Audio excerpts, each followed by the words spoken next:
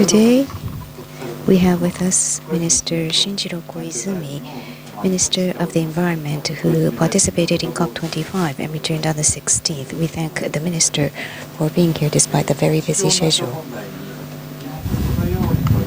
How Japan is responding to global warming? What kind of contribution do we want to implement to exercise leadership in the world? Minister Koizumi will be speaking about that efforts by Japan as well as reaction of other governments at COP25. First of all, there will be opening remarks by Minister Koizumi with English simultaneous translation. Thereafter, there will be a Q&A session, and the Q&A will be through consecutive translation. We ask your cooperation to place your phones into smartphone, into manual. Good afternoon. Thank you very much for being here. I returned from COP25 from Spain, and today I looked at the list. Antonio is from Spain. I saw your name. Who are you? Spain was wonderful. I had such a great experience. The original host country, Chile, had to cancel the meeting, and within a short span of 1 month, they prepared for 197 countries. A huge international conference with so many players, wonderfully operated, perfect logistics. I also went to restaurants in Spain, and I met with many Spanish people at the venue, but I was greeted with wonderful hospitality. And the smile they gave me when we passed by, those were great impressions I obtained. So, first and foremost, I would like to thank the Spanish government for their efforts as the host nation. So let me first of all talk about COP. I went to COP25 with two major goals. First, there was criticism against coal thermal power station in Japan, and that has overshadowed our great initiatives in climate change. So we wanted to showcase those initiatives. That's the first objective. Secondly, the Paris Agreement will come into full-fledged from next year, and the final homework left undone was Article 6, and Japan to contribute to the Article 6 negotiations. So those were the two goals that I had set forth. So, first of all, let me speak about the Article 6 negotiations. Conclusions first. This time around, it's regrettable that no agreement was reached on Article 6, but there is no doubt that the presence of Japan in the negotiations has heightened, and in COP26 to be held in Glasgow next year, we were able to make a great leap forward, and this will serve as a major foundation. As the Environment Minister, I represented the Ministry of the Environment, METI, MOFA, the Ministry of Agriculture, Forestry, Fisheries, the Ministry of Land Infrastructure, Transport and Tourism. We all came as one Japan team, but the sincere efforts made by Japanese representatives was very highly appreciated, and I feel so proud. Brazil, EU, and other countries were there. And because of the difficulty, it was difficult to seek an alignment of the intentions held by those countries. But when the negotiations were about to encounter a stalemate, Japanese data and numbers were shown by the Japanese representatives at the table, and the fact that Japan presented such data caused some breakthrough in the negotiations, and I'm proud of that, because after that happened, other countries began to seriously think how they can approach each other. So the next round of efforts began, as triggered by Japan's presentation of the data, and everyone thought of the difficulty. They thought it was difficult, but I think that created this big momentum to try hard and not give up. That's why COP25 was extended by the longest period in historical record. Minister Salles of Brazil and I had an opportunity to talk with each other in informal settings through coffee breaks as well. So if we count those informal conversations, I probably had tete-a-tete with him more than 10 times on bilateral basis, and with EU and UN Secretary General Guterres, Executive Secretary of UNFCCC, Ms. Espinosa, and the Chilean Minister Schmidt, who was the chair. I met with them more than once, had meetings with them. So 36 bilateral meetings were held, maybe more, but this trust between politicians that were fostered through COP25 and the human relationship contributed to raising the level of presence of Japan in the negotiations, which will lead us to the next step. So as a politician, personally speaking, the experience I gained at COP25 is going to be a big contribution as I try to build my own career as a politician. And at the COP, as I said, the first point is what was important. In addition to the negotiations, the first goal of showcasing the Japanese initiatives was important. As the representative of the Japanese government, I was given 3 minutes to deliver a statement, and therefore I will give you the text of that Japanese statement later, so please read through the statement at your leisure. Now, COP is a conference where several side events are held, numerous, countless side events, and I took these opportunities to also communicate the initiatives that Japan is engaging in. So let me give you some of the examples of what I try to communicate. First of all, in the statement, with regards to the criticism against coal thermal, it wasn't that I didn't touch upon it because of inconvenience. Rather, because we need to squarely face that issue, I took it up straightforwardly on coal. Day in, day out, the criticism towards coal thermal power plants in Japan is rising, and especially the global financial institutions are critical, and we are seeing withdrawal of investment from coal thermal power plants. eBird is banning the financial assistance to coal thermal, and African Development Bank more recently has announced that it will withdraw from coal-related investments. So similar actions are being taken by other financial institutions. So in addition to such trend, UN Secretary General Guterres, in his opening speech, talked about addiction to coal or dependency on coal.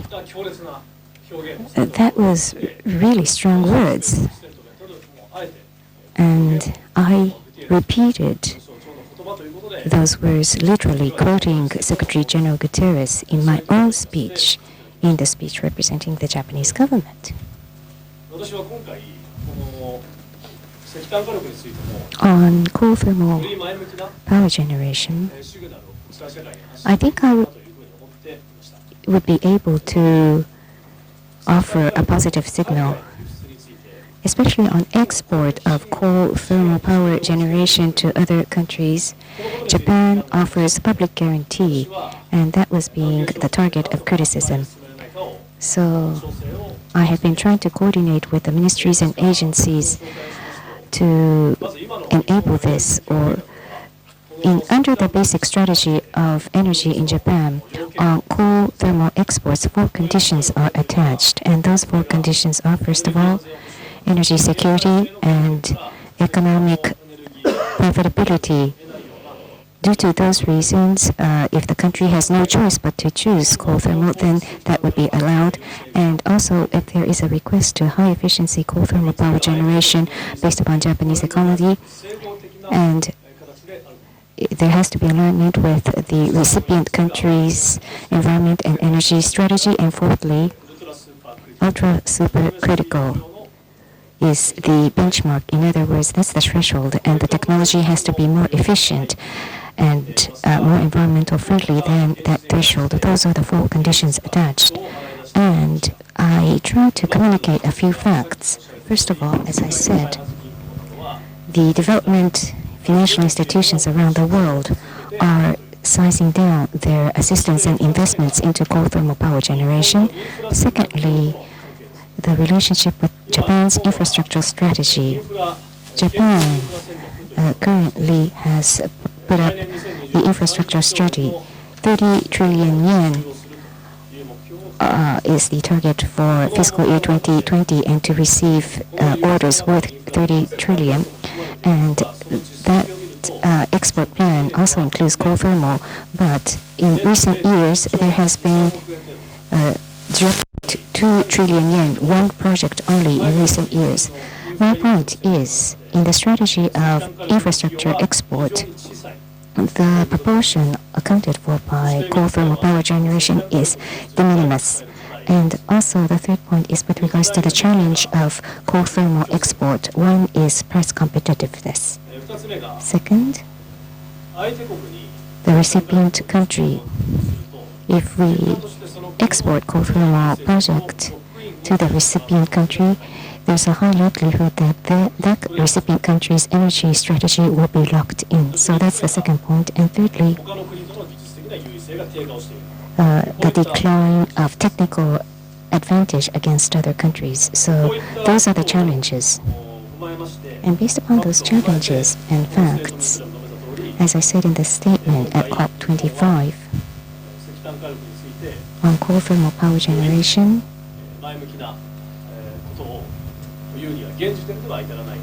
we have not yet reached a conclusion to make any positive commitment, but we are continuing to study that matter, and that was mentioned in the statement. And by continuing such study, I try to showcase the state-of-the-art initiatives. Around this nation, there is a chain reaction of decarbonization-related efforts and awakening.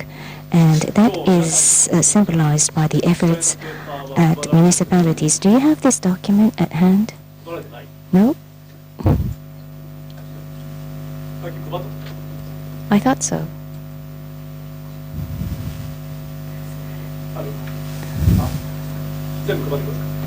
Please pass that around.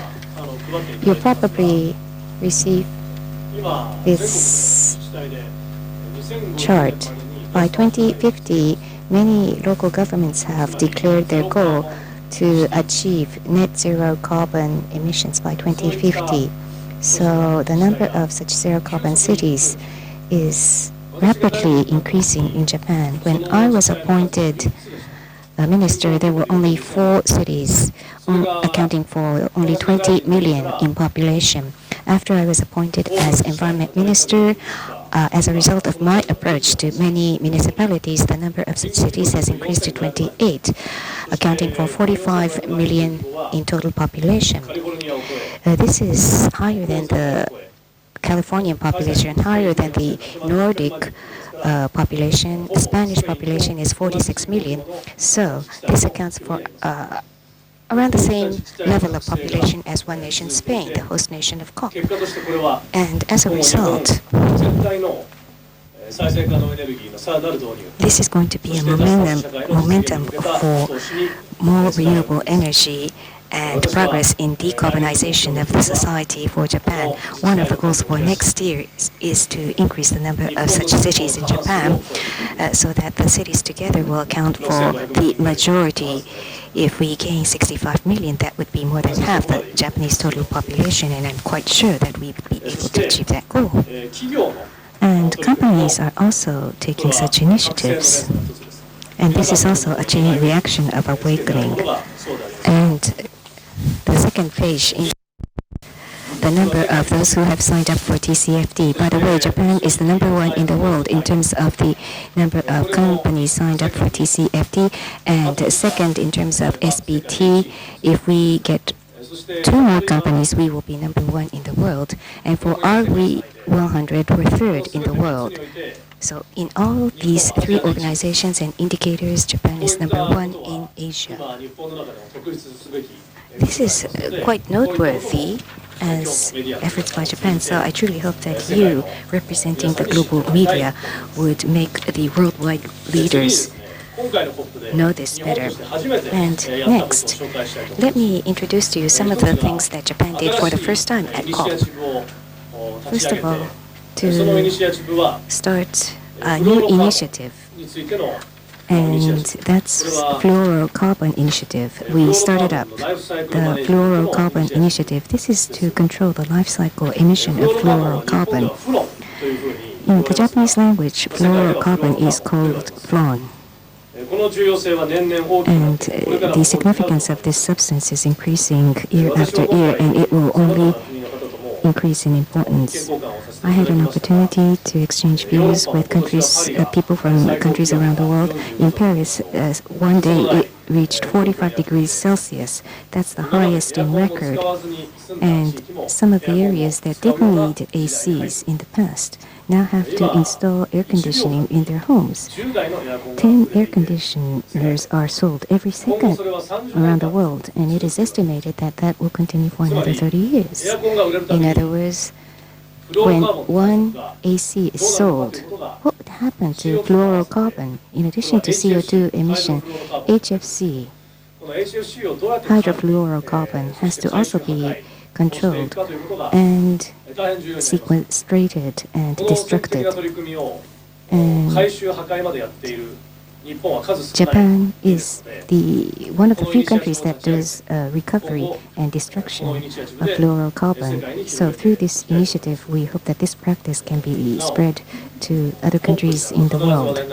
And at every COP, one big issue is fossil price, and Minister Kajiyama of METI won the prize on day 1, and I also won. So 2 rounds of prize winning. I think it's only Japan that talks about such fossil award in the press. There are only probably Japanese companies that put up articles, and award-winning ceremony is conducted every day during COP, but that's not really known. I was quite surprised. In one day, there's also this ranking, 1, 2, and 3. Every day, fossil award, number 1, number 2, number 3. In Japan, Japanese press only wrote articles saying that Japan was awarded twice. But in one day, the first, second, and third ranking were all United States, and that's never talked about in the media. So that point included.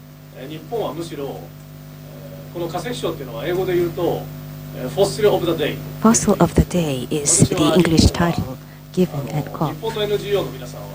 Japanese NGO should create fluorocarbon of the day and conducted award ceremonies. There are more than 100 countries that have no strategy whatsoever to tackle fluorocarbon. So they should do that every day, award ceremony, fluorocarbon prize of the day. I think it's worth doing because everyone is focused only on CO2, but HFC is a serious issue as well. So this kind of positive communication by Japan is something we need to continue in the global community. So by launching this initiative every year, the importance of this initiative will only rise. And one of the contributions to global challenge is marine plastic waste. In June, there was the G20 Osaka Summit, and Osaka Blue Ocean Vision was agreed.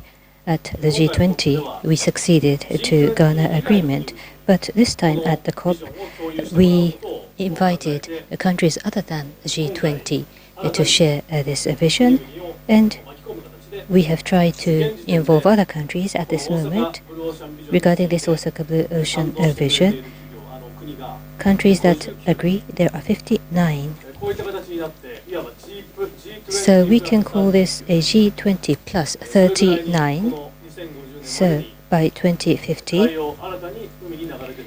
to reduce it to zero, the net outflow of plastic litter into the sea. This is one of the achievements. From next year, in Japan, at the supermarkets, convenience stores, at drugstores, in all those retails, the shopping plastic bags will no longer be free of charge. This is only one little step forward. However, at least in Japan, we hope that it will trigger each and every Japanese to think about this matter. By the way, last month, with China, South Korea, we had a trilateral environmental ministers meeting, TEM, in Kitakyushu. And China's minister, Li Guanji, the minister, what I found interesting was, in the case of China, about the plastic issue, they called it white pollution. I talked with the ecological and environment minister of China. That was rather impressive as a terminology for myself. And even long before Japan, China has already changed their plastic bag policy. It is no longer free of charge. And Cho Min-rae, Minister of South Korea, I also spoke. And similarly in South Korea, already the shopping bags are no longer free of charge. In this case, Japan will start from next year. But there are companies who have started that from many years ago. So we are going to support such endeavors. So in terms of plastic as a whole, the shopping bags, the plastic bags, it's only a little contribution. If you think about the overall plastic matter, China has terminated the import of plastic waste, and what Japan needs to do now is we cannot export to other countries, which means inside Japan we need a genuine circular economy.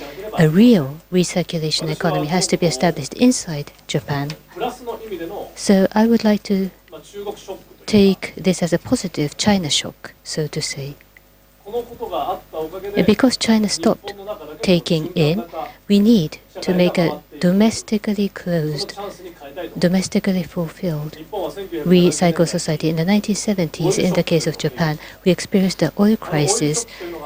And because we experienced the disruption of oil supply, that is why our country became very serious about saving energy. As a result, we succeeded in becoming an energy-saving economy. And after the oil, it's the China shock with this plastic trading by China. So I will take it positive.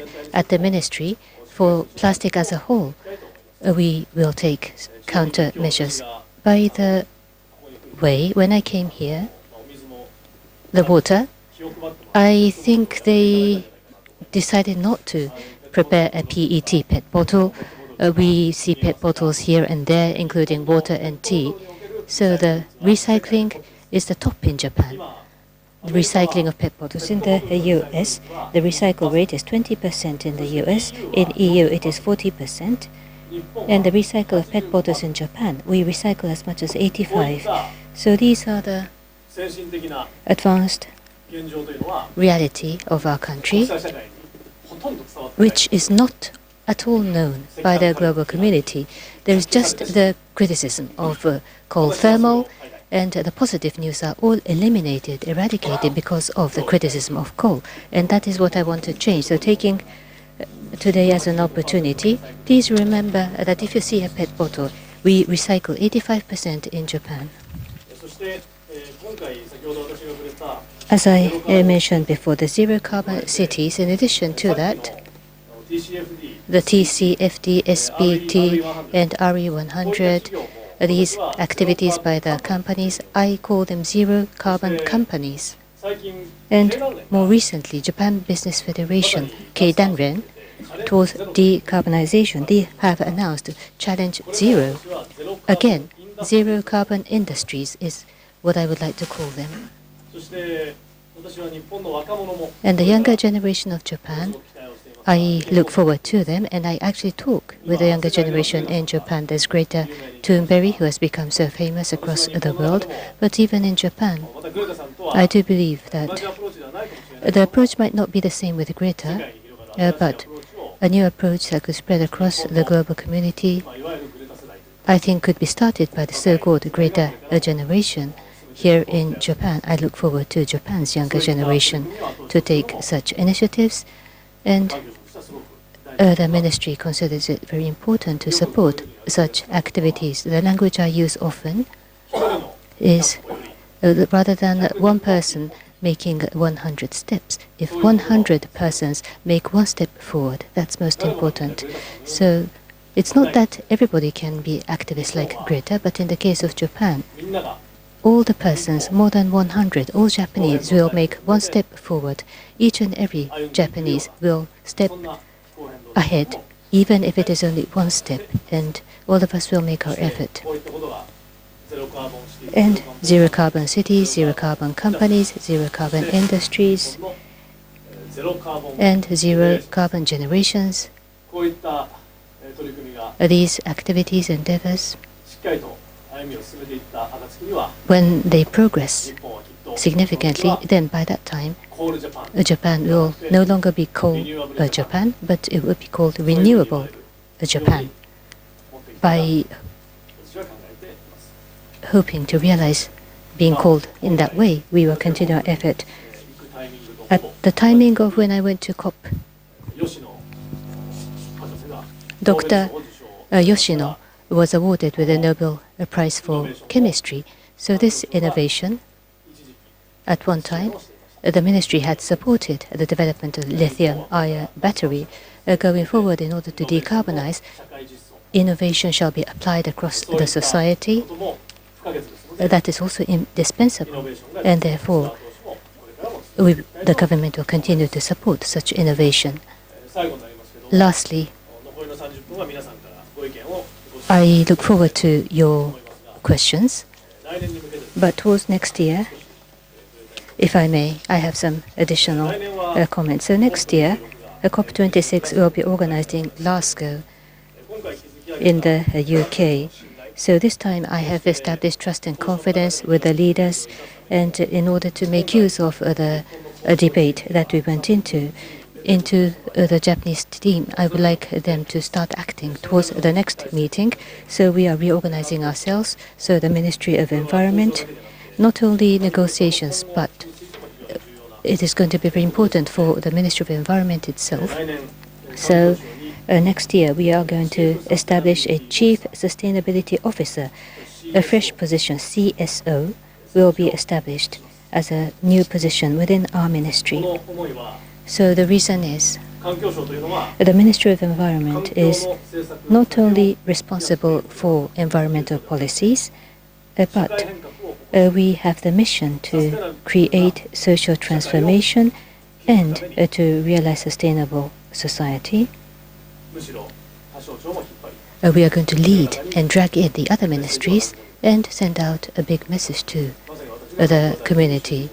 This is exactly what I mentioned when I took the position. Our ministry should be ministry in charge of social transformation. So also with this thought, I mean, it's only 3 months since I took the position of this minister, but next year we are going to have an even powerful administration in our policies related to climate change, sending out message to the global community. We will continue to do our best. I would like to thank all of you here today for coming here despite your very busy schedule. I am very grateful that you took out your time to come. Thank you. The Q&A session will be consecutively interpreted. Those who have questions, please raise your hand, and when appointed, please speak into the hand mic and identify your name and affiliation before going to the question. Now, we would appreciate if you could limit the number of questions to one per person. Yes, please. Mr. Koizumi, my name is Richard Susilo from Indonesia. I think you have to become the best prime minister in the future of Japan. So before that, maybe you should make a regular press conference for foreign reporter, foreign journalists here in Japan. every time you become a minister, whatever, what kind of minister. So it's good maybe regular press conference once in a month. That is my advice. The question is about Indonesia. From 2016 maybe, every time, every day, every year, they make a protest because Japanese government given the fund for coal power plant in Indonesia. And every time also they came to Tokyo, they make a demonstration also in Tokyo, supporting by NGO in Japan. This is actually not welcome by both countries, both Indonesia and Japan, of course. We are not happy for this one. So what is actually your policy for given fund to not only Indonesia, maybe other country also, exclusively for coal industry in developing country? Thank you. インドネシアから、来たスシリオ・リカルドと申します。おそらく大臣は日本で最高の大臣になられることを標榜しておられるので、今後は外国人記者を対象として定期的に記者会見をやっていただけないでしょうか。これからさまざまな省庁の大臣を歴任されると思うんですけれども、どのような省庁の大臣になったとしても、ずっと定期的に例えば月1回など外国プレスを対象として記者会見をやっていただければというまず助言です。次に質問です。インドネシアにおきましては2016年以降、かなり毎回、毎日毎年という形で抗議が起きております。それは何に対する抗議かっていうと、日本政府が石炭火力発電所に対する資金供与を、インドネシアに対して行っていることに対する、抗議であります。また東京におきましても日本の NGO が主体的にデモなどをそれに対して、行っているところで、決して日本においてもインドネシアにおいても、交換されておらず、なかなか評価されていないと思います。おそらくインドネシアだけではなく他の国の石炭産業に対しても日本は資金供与しているんだと思いますけれども、この政策についてはどのように今後展開していくおつもりでしょうか。はい、ありがとうございます。まずこの、フォーリンプレスセンターとも定期的にという、アドバイスですけど、やってほしいと思われることはありがたいことです。引き続きそう思われ続けるように、ぜひウォッチしてもらいたいなと思います。インドネシアのそういった石炭火力に対する批判、そして NGO の方とも今回 COP25 でも私も意見交換を NGO の皆さんともさせていただきました。そういった声があることも承知をしています。その上でより国際社会から理解が得られるような石炭火力についての政策というのが私はあるだろうと、そういった思いがあったからこそ私は今回ステートメントの中でも真正面から石炭火力についての批判も触れ、そして今後もまずエネルギー政策というのは所管をしているのは環境省ではなくて経済産業省です。資源エネルギー庁です。そういったことから環境省だけでできることではありませんので、政府の中での調整が必要です。今後も私としてはより良い政策を政府全体として進めていくためにも調整に全力を尽くしていきたいと、そういうふうに考えています。Thank you very much. Your advice was to conduct these press conferences at the Foreign Press Center on regular basis. But I'm very happy that I have been wanted to be speaking in front of you. So being appreciative of your request as such, I would also be appreciative if you could continue to watch my activities and initiatives. Now, coming to your question with regards to the criticism by Indonesia, at COP25, I did have exchange of views with NGOs as well, and I do understand and recognize that there are such voices, and therefore we need some policy that would be able to attract more understanding of the international community. And therefore, thinking that we could eventually find coal-related policy that would be able to be granted the understanding and acceptance by the global community, I went to COP25 and actually squarely, straightforwardly mentioned in my statement that we are aware of the criticism against Japan and Japan's policy on coal thermal power generation. But this is a policy that is not under the sole jurisdiction of the Ministry of the Environment. The Ministry of Economy, Trade and Industry, the Agency for Natural Resources and Energy are also involved. So MOE alone cannot decide upon policy. So I will do my best in order to seek coordination within the Japanese government so we will be able to come up with the best possible policy in this area. Thank you. Next question, Antonio. Hola. Hola, ¿qué tal? Antonio Hermosín from the Spanish news agency EFE. Thank you very much for being here today and also for your nice words towards Spain, the host country of COP. I would like to ask you about the coal-based energy production, because you've mentioned efforts to make this kind of energy production cleaner and more efficient. But why instead Japan is not investing in developing more renewable energies? Because I believe like for 2030 the percentage of the energy mix in Japan will be about the same, coal-based energy and renewable. So I think like probably the international community, as you know, perceives Japan as a very technologically advanced country and nature respecting. So probably what the international community is expecting Japan to do is a bigger renewable energy strategy. Thank you very much. 先ほどはホスト国スペインに関しまして過分なお言葉いただきましてありがとうございました。紹介をしていただきましたようにFA 通信のヘルモッシュ・アントニアと申します。同じく石炭を使ってエネルギーを生産することに関しましてよりクリーンにより効率的にされるという努力の話をしていただきましたが、なぜもっと自然エネルギー、再生可能エネルギーに投資をしないのでしょうか。2030年時点での目的としては石炭火力と再生可能エネルギーの構成のパーセントがほぼ同じという目標になっていますが、国際社会としては日本はハイテク先進国、自然を大切にする国家だと理解していますので、もっと大きな期待があるかと思います。いかがでしょうか。ありがとうございます。同じようにもっと再生可能エネルギーリニューアブルを入れたいと、そういうふうに私も思っています。どうぞ。Thank you very much. I agree. In fact, personally, I would like to see more proportion of renewables. エネルギー政策は経産省の所管ですけど、環境省としてできる再生可能エネルギーの導入に向けたあらゆる施策を展開していきたいと考えています。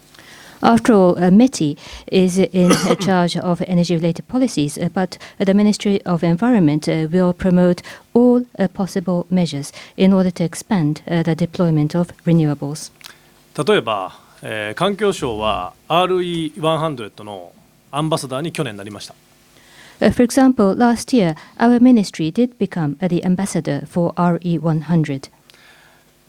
環境省は全国に、国立公園、そして、国民公園、また環境省の所管の施設が、あるので、どこかで RE100 まで持っていきたいと私は考えています。In the case of the Ministry of Environment, across Japan, there are national parks or people's parks or other facilities that we have the jurisdictions over. So at some stage, indeed, I would like to realize RE100. そして今、九州の五島の方で、洋上風力を環境省は後押しをしています。At the same time, our ministry is also supporting the development of offshore wind power generation in the region of Kyushu, in particular in the Goto Island region. そして今日皆さんのお手元にお配りしている資料で、横浜が書いてあります。In the handouts with regard to the zero carbon cities, the city of Yokohama is included. 横浜は今東北の12市町村から再生エネルギーを買っています。In the case of the municipality of Yokohama, they are purchasing energy from 12 municipalities in the Tohoku region. この横浜を代表とする大きな大都市は大都市だけで再生可能エネルギーの調達は難しいです。In the case of these larger metropolitan cities, like the city of Yokohama, for example, it would be difficult for them alone to procure all the required renewables. その横浜みたいな大都市が地方の再生可能エネルギーが売るほどある地域から買ってくるというこのエネルギーの再生可能エネルギーの消費と生産地が広域で連携するというのが実はこのゼロカーボンシティーズの、裏側のメッセージには隠されています。So, regarding this zero carbon city initiatives, behind this project, there is a hidden voice, so to say, which talks about a wide area cross-municipality collaboration between the energy consuming and the energy producing localities. Like a big city like the city of Yokohama, for example, they purchase and procure renewables from regional cities across Japan. So this is the promotion of a wide area collaboration. この日本の地図を見て想像してみてください。今は横浜と東北の再生可能エネルギーの売り買いの広域連携が北海道から沖縄まで実現していくという将来像。In the handout, you see the Japanese archipelago as the map. Please do imagine, at this moment, this cross-municipality renewable trading is conducted only between the Tohoku region and Yokohama, but please imagine a final ultimate vision of the country where throughout the archipelago from Hokkaido in the north to Okinawa in the south, if these trading is implemented. 北海道の札幌が地方のところからリニューアブルを買い、東北の森の都である仙台がまた地方から買い、そして東京、また名古屋、大阪、京都、そして神戸、広島、そして四国は高松、九州は福岡、沖縄は那覇、そういった大都市が自分たちでは賄えない再生可能エネルギーを他の地域から買っていくこの横浜モデルが北海道から沖縄まで広がっていけば日本は変わる。So please imagine that the big city like Sapporo in Hokkaido, they will buy from a local regional city, and in the Tohoku, the city of Sendai, the largest one, known as the city of forest and woods, they will purchase from local regions, and the larger cities across Japan, including Tokyo, Nagoya, Osaka, Kyoto, Kobe, Hiroshima, and then the city of Takamatsu in the island of Shikoku, or the city of Fukuoka in Kyushu, and then city of Naha in Okinawa. If these major cities all try to purchase renewables from other local regions where they cannot produce on their own, so this means that the so-called Yokohama model will spread from Hokkaido to Okinawa, and if this becomes a reality, that would mean Japan has transformed. このゼロカーボンシティーズはこれから再生可能エネルギーの導入を間違いなく増やしていかなければゼロカーボンを2050年までには達成できません。Regarding the Zero Cities project, Zero Carbon Cities project, without significant expansion and deployment of further renewables, zero cannot be realized by the year 2050. 環境省として経産省のように直接エネルギー政策を所管していない省庁としてできることは全部やるっていうのはまさにこういうことです。So this is what I meant when I said that the Ministry of Environment does not have a direct jurisdiction over the energy policies themselves, unlike METI. However, I meant that the Ministry of Environment will do all possible measures that we can do within our ministry. これからも自治体が増えてきますから見ててください。So please stay tuned because there will be more municipalities joining. Next question, Bendosa.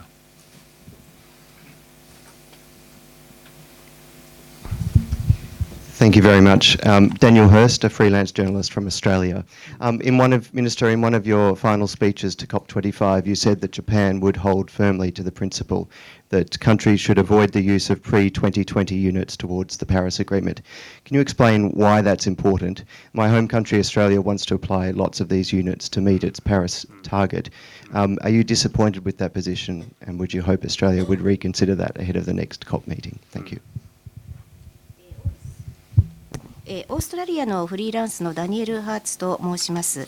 COP25 の演説の中に日本としては今後2020ユニットの禁止原則に関しては維持されるというような発言をされていまして、それに我が国としては大変落胆しているところでありまして、我が方といたしましてはパリ協定を実施して義務目標を充足していくために積極的に活用しようと思っています。これに関しては日本国政府として方針変更の可能性ってないんでしょうか。ありがとうございます。私は学生時代にオーストラリアのケアンズに何度もホームステイもしていたので、オーストラリアって聞くともう一瞬でこういいイメージが、懐かしい思いがします。Thank you very much. Since I had the opportunity to experience a few rounds of homestays in Cairns, Australia, when I was a student, the moment I hear the country name Australia, a very great memory and nostalgia ignites in my mind. さっきスペインのアントニオさんにはオラって言いましたけど、私はグダイマイって言いたい感じです。I said hola to Antonio from Spain, but I would say good night to you. ご質問あったパリ協定に対してこう日本の京都議定書のクレジットは移行しない、使わない、日本は使わないということにオーストラリアは、ディサポイントだということをおっしゃいましたけど、むしろ日本の、こういった方針に、大変、評価があることももう一方の事実です。Now, your question was with regards to whether the Kyoto Protocol credits will be transferred and used to fulfill the Paris Agreement targets, and the policy of the Japanese government is not to use those targets, and you said that Australia was disappointed for Japan's choice. But on the other hand, it is also a reality that such choice made by the Japanese government is appreciated by some countries. これは日本としてはまずパリ協定の精神を決して曲げるようなことがあってはいけないという基本姿勢で今回の交渉に臨んでいました。Now, the fundamental position pursued by Japan for this round of negotiations is not to deviate from the very basic principle and strategy of the Paris Agreement.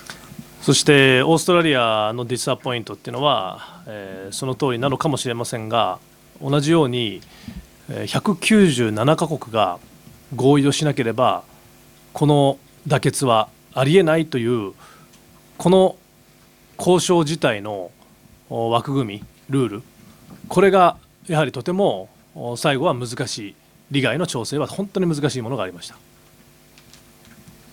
Now, it may be true that Australia was disappointed, but at the same time, I would like to again mention that there is no resolution found unless all of the 197 countries reach an agreement. And extremely challenging was the coordination of positions and interests within the set framework and rules of the negotiations. It was extremely difficult. そして基本的な交渉に対するプリンシパルを持ちながらも最後はミニステリアルレベルに交渉が上がり、フレキシビリティをどこまで発揮できるかっていうのを各国と今回はやりました。So, although all of the parties participated in the negotiation based upon their own principles, in the end, the discussions were raised to the ministerial level, and the ministers discussed to what extent each party can exercise flexibility. そのフレキシビリティが十分に見えないまま日数を過ごす時期があったのも事実です。At the same time, we must also admit that there were several days spent without that flexibility becoming obvious. そこのフレキシビリティをさらに促し、引き出して結果として交渉のブレイクスルーにつながった貢献を日本の交渉団がしたというのも先ほど私が申し上げた通りです。And as I said at the beginning, it is also a fact that the Japanese negotiating team was the one that caused the breakthrough that enticed that very flexibility that was so necessary. いずれにしても来年の COP26 でグラスゴーでオーストラリアも含めて197カ国が合意ができなければ来年も6条は合意せずということになります。At any rate, when COP26 is held next year in Glasgow, unless there is an agreement between all 197 countries, including Australia, we would finish COP26 in Glasgow again, having to conclude that we were not able to reach an agreement on Article 6. そうならないようにまた COP26 に向けて、少しでも多くの国々が今は立場は違う国があってもフレキシビリティと同時にそのフレキシビリティがパリ協定の精神を曲げないようにしながら合意を目指して頑張りたいと思います。Although there are several countries that are in different positions at the moment, as we prepare in the run-up to COP26 next year, we will do our best in order to invite as much flexibility as possible from the parties, and at the same time, the parties exercise their flexibility in a way that is not misaligned from the very spirit of the Paris Agreement. Last 2 or 3 questions, please. Lee-san. 最後2、3問です。韓国朝鮮日報の特派員イ・ハウォンです。気候温暖化問題について、私は特別に海外の特派員として日本の原子力発展を綿密に見ています。日本の311の津波の以降、原子力発展が占めていることを本当に激しく減らしたことがあります。最近小泉さんが大臣になった後でこの大臣と特別な関係にある小泉元総理が大臣に原子力発電をなくしてくれこのように言ったとそんな報道もありました。それで大臣は原子力発電についてどのような見方を持っているのかこの問題について伺わせていただきます。The Chosun Ilbo Lee about the global warming, and as a foreign correspondent, I have paid close attention to the nuclear power generation here in the country. After the March 11 incident, there was a significant reduction in the percentage of nuclear energy production in the energy mix of this country. According to some media reports, after you yourself took the office of the minister, it was reported that the former prime minister, your father, had told the son, yourself, to phase out nuclear energy. So my question is, what is your personal observation and position about nuclear energy? ありがとうございます。まず私の父についてはぜひフォーレンプレスクラブに呼んであげてください。Thank you very much. First of all, please do invite my father, Daddy, to FPCJ. その上で私の考えは、やはりどうやったら減らせるかを考え続けたい。それが私のスタンスです。And as for my position, my stance is I shall continue to think exactly how we can reduce.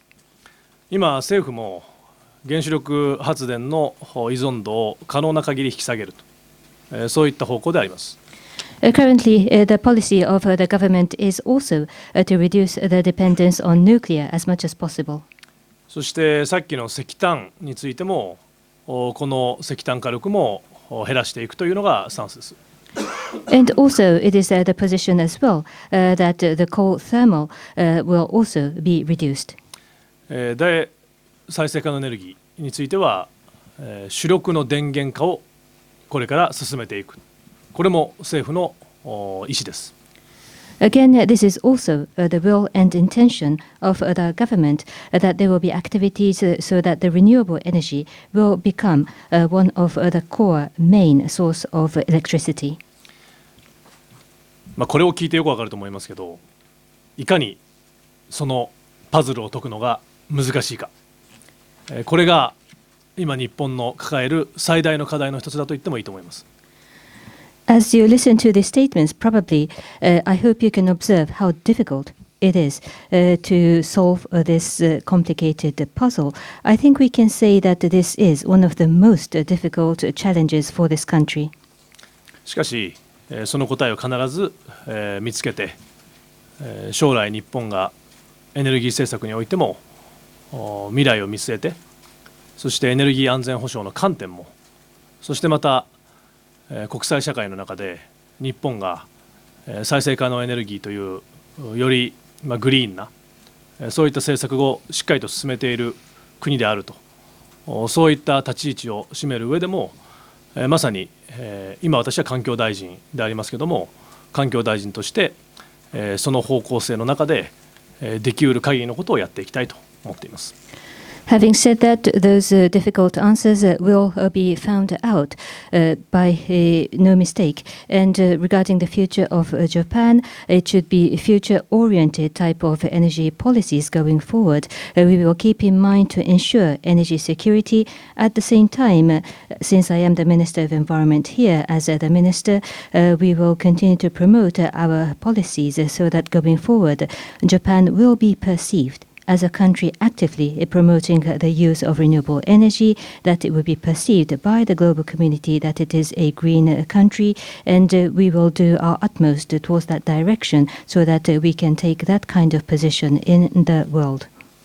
この際ちょっと触れておきたいのは、日本では原発というのが大きく関心を持たれますが、石炭についてはほとんど関心を持たれていなかったと思います。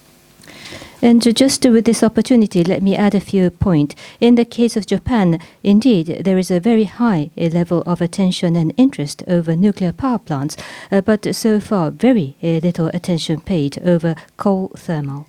これがまさに国際社会と日本の中の世論の大きなギャップです。Indeed, this is the huge gap between the global community's feeling and the Japanese people's feeling here in Japan. 私は今回 COP でステートメントを言う上で考えたことは、この機会に日本でこれだけ国際社会から石炭火力の政策というのが批判が強いということを日本に気づいてもらいたいと思っていました。When I was thinking and preparing for my statement to be delivered at the COP conference, I thought in this way that why don't I take this opportunity to make Japan become aware and recognize how fiercely Japan is criticized by the global community with regard to coal thermal. そういった観点からすると、今回の COP の私の石炭火力に対する、化石賞やさまざまな国際社会から批判を浴びているという、国内の報道は成功とも言えるかもしれません。So in that regard, I think we can conclude that the domestic media report about the latest COP event was successful in the sense that what I was criticized about the coal thermal and I was awarded the Fossil of the Day award and how Japan is being criticized, it was a success. 大臣、申し訳ありません、時間が来てるんですが、あと2問まとめて、よろしいでしょうか。質問ある人、Yes. Yes. Final questions Two final together. questions. The lady here and gentleman, できれ you ば have 海外の方の方がね、いいんじゃない？ Gentleman and the lady, yes. Minister, Simon Denyer from the Washington Post. You mentioned the need to use the China shock to create a genuine circular economy for plastic. But one ingredient of that, many people say, is to reduce single-use plastic, not just to recycle. Globally, It seems like the United States has opposed firm targets for phasing out single-use plastic. Domestically, many companies and industries and even consumers in Japan are somewhat addicted to plastic. So what can you do as Minister of Environment to address this issue? You mentioned plastic bags, but that's a very small part. Yeah. What else can Japan do? What can you do on that issue? ワシントン・ポストのサイモン・ダニエルズと申します。大臣は先ほど本当に循環型経済にするために中国ショックを使わなくてはならないということをおっしゃいました。でもリサイクルするっていうだけでは不十分でありまして、シングルユースのプラスチックを削減していかなくてはならない。ところが世界を見回してみると、アメリカがそういったようなターゲットの設定には反対しているし、一方国内関係者を見渡してみると、日本企業も日本の組織もあるいは中には消費者でも、プラスチック中毒にかなりどっぷり使っている人たちがいるわけです。そういった中で先ほどの冒頭のご発言におきましてレジ袋については触れられましたけれども、それはほんの一つの小さな部分でしかないと思います。ですので日本政府としてはレジ袋以外にこの分野で貢献するために他にどんなことができるんでしょうか。また大臣ご自身環境大臣としてどんなことができるとお考えですか。それでもう一つ最後の質問になりますけれど。はい。すみません、ブルームバーグの信弘と申します。私日本人ですがアメリカの企業に勤めていて、非常にやはり日本の世論と海外とのギャップというのは肌身に感じて日々いるところなんですが、今のプラスチックの質問とちょっと被るところがあるんですが、日本人の意識としてなかなかその出すプラスチックに関して海外から見ると、例えばスーパーマーケットで全ての商品をこうプラスチックの袋に入れるというようなところを見て、かなりやはり意識が低いんではないかというような見方を、欧米の同僚にはよくされることがあるんですが、そういったその意識の低さがどこから来ているのかとか、そういった問題意識であるとか、それをどういうふうに改善していくべきなのかというお考えをぜひお聞かせください。はい。My name is Nobuhiro of Bloomberg, and I am a Japanese citizen but work for a U.S. Press company, and therefore day in day out through my routine life I truly feel the gap between the Japanese public opinion versus the global view, and my question will rather overlap with the previous one with regards to the plastic issue. Now, it is quite often criticized that the level of awareness and consciousness of the Japanese people is very low in terms of abolition of use of plastic. Even in supermarkets, the shoppers put each and every item into small plastic bags, and my Western colleagues often criticize that such behavior as a manifestation of the lowness of the awareness between amongst Japanese consumers. What do you think is the source of lack of such recognition amongst the Japanese community, and what can be done? ありがとうございます。まずワシントンポストのサイモンさん、ワシントンにも住んでましたから今日は縁が深い皆さんがいっぱいいますね。このプラスチック、サイモンさんの言葉にアディクションとプラスティックという言葉がありましたけど、これで日本はアディクションとコードに続きアディクションとプラスティック、2つのアディクションだなというふうに思いましたね。英語のまま言ってるとなかなか日本のメディア報じてくれないので石炭中毒とプラスチック中毒だと。でも最近気づいたのはね、中毒っていうのも放送コードに引っかかるという可能性があるらしくて、中毒っていう言葉を使われないから石炭依存とプラスチック依存って言った方がいいかもしれませんね。Thank you very much. Let me deal with the question raised by Simon of Washington Post. And by the way, I had an opportunity to live in Washington at one point in time. So today I'm happy that I'm receiving questions from people from countries and cities with which I have strong connections. Now, Simon mentioned the addiction to plastic, and I was thinking that this is the second addiction that is used used to describe the Japanese general public after addiction to coal. And I hope that the Japanese media would report this, so I would say it in Japanese. But the word addiction, chudoku, in Japanese seems to be hitting the threshold of the language that can be used for public airing, and therefore it may be better off to use the Japanese word that represents dependency rather than addiction. プラスチックストロー、レジ袋、こういったものは全体のプラスチックの総量からすれば本当に小さいものです。The percentage of plastic straws and shopping bags is extremely small against the total volume of used plastic.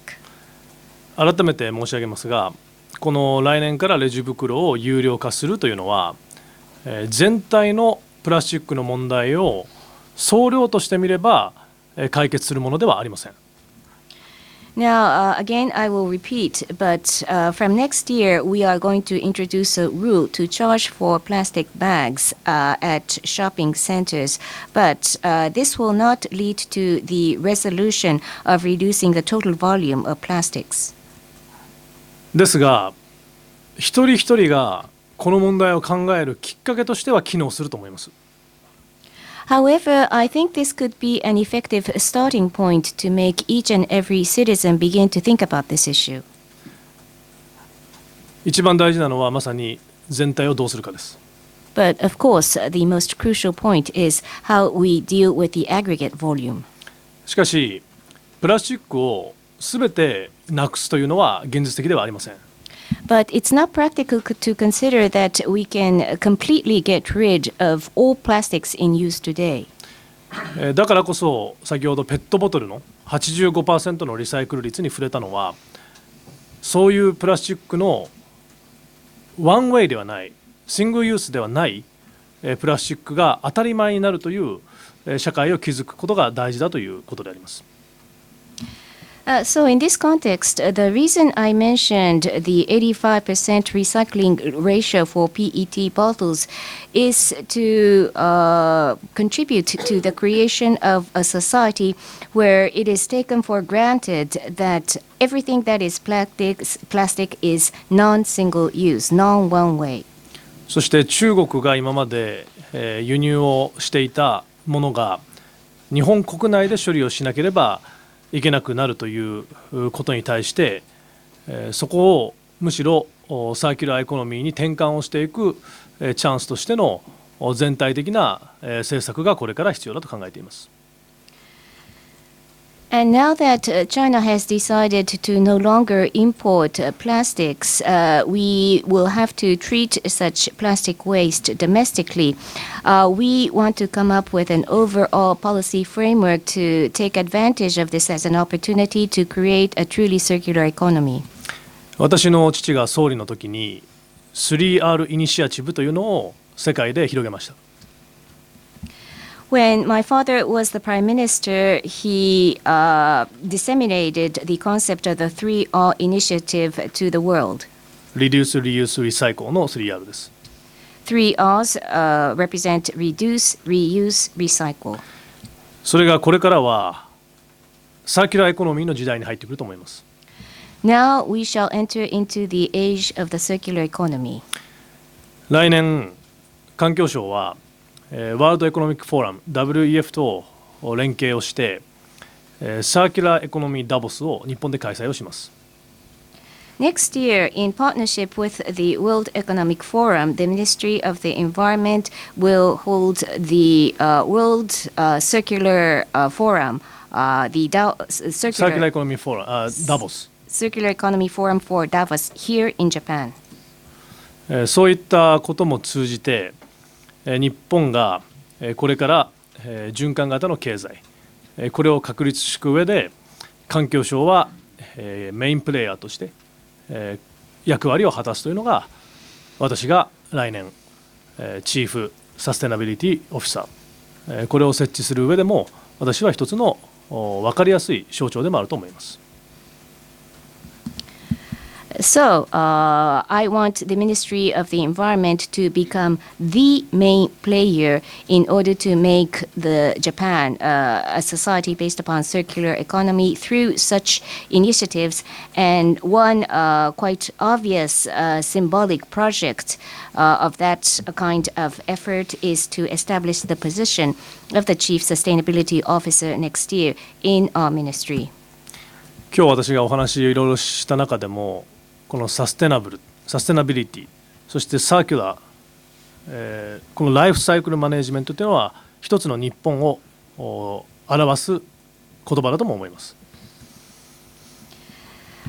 Of the several points that I mentioned this afternoon, words like sustainable, sustainability, circular, or life cycle management are words that describe one aspect of this nation.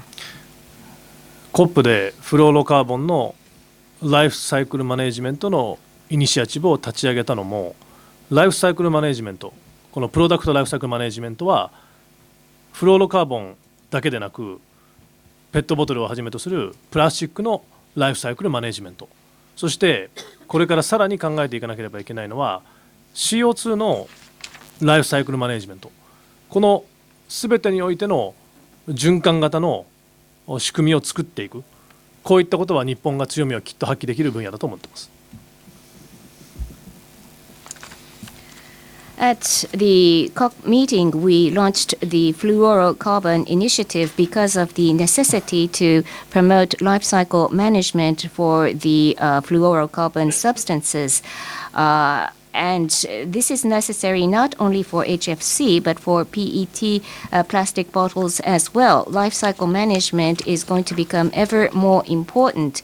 And eventually, life cycle management of CO2 will have to be implemented. And I think Japan is well positioned to exercise competitiveness and advantage as we strive towards such a circular mechanism encompassing all of these substances. 環境意識の低さという2つ目の質問がありましたけど、私は大臣になってニューヨークに行ってステーキを食べて批判をされました。You mentioned the criticism against the Japanese general public of the low consciousness against the environment. After I was appointed environment minister on my business trip to New York, I was criticized for having steak. そしてセクシーと言って批判もされました。And when I used the word sexy, I was also criticized. そして今回の COP では石炭でも批判されました。And then at the COP, I was criticized for mentioning coal. 私が批判をされるたびに日本の環境意識は上がっていると思います。And every time I am personally criticized, I think that elevates the level of environmental awareness amongst the Japanese general public. 環境意識を上げるために、私も身を粉にして、全力で、できることをやっていきたいと思います。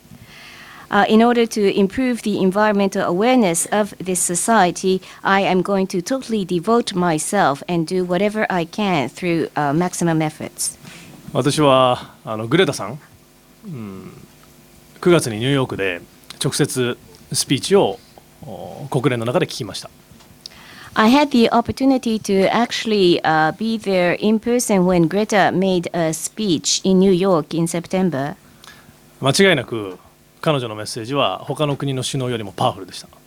No doubt, her message was more powerful than the heads of states of other countries. しかし、私は日本はグレタさんとは違うアプローチを取れると思っています。At the same time, however, I think Japan can take a different pathway than Greta. それは大人を糾弾することではなく、あらゆる世代を巻き込むアプローチです。